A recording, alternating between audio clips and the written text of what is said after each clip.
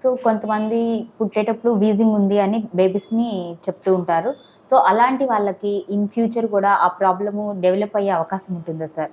Wheezing అనేది పిల్లల్లో అంటే 5 సంవత్సరాలకు లోపలగా ఉన్న పిల్లల్లో ముఖ్యంగా it is because of the infective bronchiolitis, అంటే ఇన్ఫెక్షన్స్ వల్ల వస్తుంది. అంటే శ్వాసనాళాల్లో ముడిచిపోవడం ద్వారా ఇన్ఫెక్షన్స్ వల్ల. That is again because of the viral infections. But అది మోస్ట్ కామన్ బిలో 5 years అంతా కూడా ఇన్ఫెక్షన్సే. అగైన్ రెస్పిరేటరీ సిన్సిషియల్ వైరస్ కానీ ఫ్లూ వైరస్ కానీ. So now you have vaccines. అదే ముందు చెప్పినట్టు flu vaccines are available. Every year you can give flu vaccine, they are safe. 2 respiratory syncytial virus vaccine కూడా ఇప్పుడు అవైలబుల్ వచ్చింది.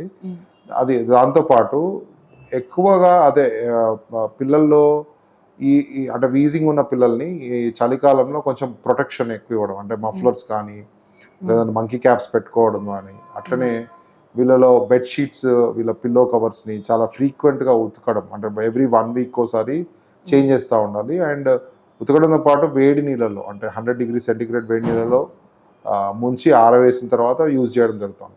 So these most commonly caused by infection. So again మీరు mid morning ఆ టైంలో కొంచెం వెంటిలేషన్ బాగుండేటట్టు, అంటే air circulate అయ్యేటట్టు చూసుకోవడము. And smoke, especially smoking అవన్నీ చేయకపోవడము. అండ్ బాత్రూమ్స్ అవన్నీ కొంచెం అంటే ఫంగల్ ఇన్ఫెక్షన్ కాబట్టి ఎగ్జాస్ట్ ఫ్యాన్స్ వాడడము, వెట్ మాపింగ్ చేయడం, క్లీన్గా ఉంచుకోవడానికి వెట్ మాపింగ్ చేయడం, ఇవన్నీ కొన్ని తీసుకోవాల్సిన జాగ్రత్తలు. సో ముఖ్యంగా చేయాల్సింది ఏంటంటే పిల్లల్ని మఫ్లర్లు అట్లాంటివి యూజ్ చేయడము. దెన్ అవాయిడింగ్ ఇన్ఫెక్షన్స్, అంటే చేతులు శుభ్రంగా కడుక్కొని ముట్టుకోవడము, వాళ్ళు కూడా ఫ్రీక్వెంట్గా చేతులు వాష్ చేసుకోవడము. Because they are most commonly droplet infection, ఎవరు తుమ్మినప్పుడు దగ్గినప్పుడు వచ్చే ఇన్ఫెక్షన్స్ కాబట్టి ఆ ముక్కులలో పెన్సిల్స్ పెన్నులు అట్లాంటివి పెట్టుకోకుండా చూసుకోవడము, ఇలాంటివి జాగ్రత్తలు పాటించాలి. వ్యాక్సిన్ తీసుకోవాలి. ఎక్కువ హైడ్రేటెడ్ ఉండాలి, అంటే ఫ్లూయిడ్స్ ఎక్కువ తీసుకుంటాడు. అట్లాంటి ఫ్రిడ్జ్లోంచి కాదు, ఐస్ క్రీమ్స్ కాకుండా, ఫ్రిడ్జ్లో నుంచి వాటర్ కాకుండా వేడివి ఏదైనా సూప్స్ లాంటివి ఇవ్వడము.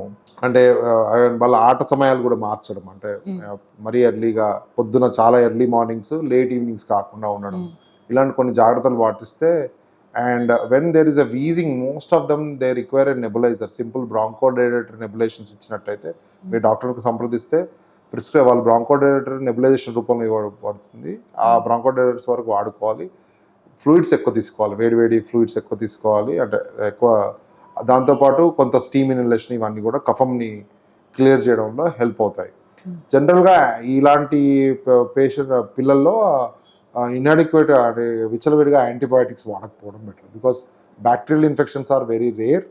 చాలాసార్లు ఏమవుతుందంటే కొంచెం వీజింగ్ రాగానే, ఫీవర్ రాగానే యాంటీబయాటిక్స్ ఇవ్వడం జరుగుతుంది. దానివల్ల వాళ్ళ ఇమ్యూనిటీ అనేది, ఆ రోగనిరోధక శక్తి, వాళ్ళని ఎదుర్కొనే శక్తి కూడా తగ్గుతుంది.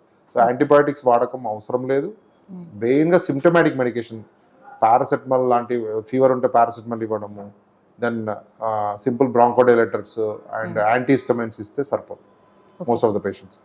5 age దాటిన తర్వాత కనుక రికరెంట్గా వీజింగ్ వస్తుందంటే ఆస్తమాను సస్పెక్ట్ చేయాల్సి ఉంటుంది. వీళ్ళలో లంగ్ ఫంక్షన్ టెస్ట్, పిఎఫ్టి చేయడము, ఫీనో టెస్ట్ లాంటివి చేయడము, ఎస్పెషల్లీ ఫ్యామిలీ హిస్టరీ కనుక పాజిటివ్ ఉన్నట్టయితే ఆ పిల్లల్లో ఈ ఆస్తమా వచ్చే అవకాశం చాలా ఎక్కువ. దెన్ అగైన్ అలా ఉన్నట్టయితే, ఆస్తమా కనుక ఉన్నట్టయితే రెగ్యులర్గా కంట్రోల్ ఇన్హేలర్ పిల్లల్లో కూడా ఇవ్వాల్సి వస్తుంది. జనరల్గా అపోహ ఏంటంటే పిల్లల్లో ఇన్హేలర్ వాడితే సేఫేనా? యా, దట్ ఈస్ చాలా కామన్ అపోహ. But suppose if it is he's diagnosed asthma case అనుకోండి, it is better to give inhaler. They are very safe rather than tablets. Tablets లో చాలా ఎక్కువ మోతాదులో డ్రగ్ ఇవ్వాల్సి ఉంటుంది, ఇన్హేలర్స్ లో మైక్రోగ్రామ్స్ లో ఇస్తాం.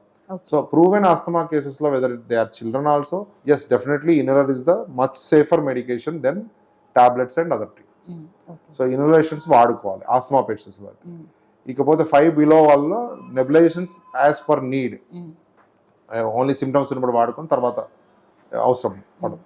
Okay. Hi everyone, nenu mi Vedika. Please subscribe to Volgo Health. Don't forget.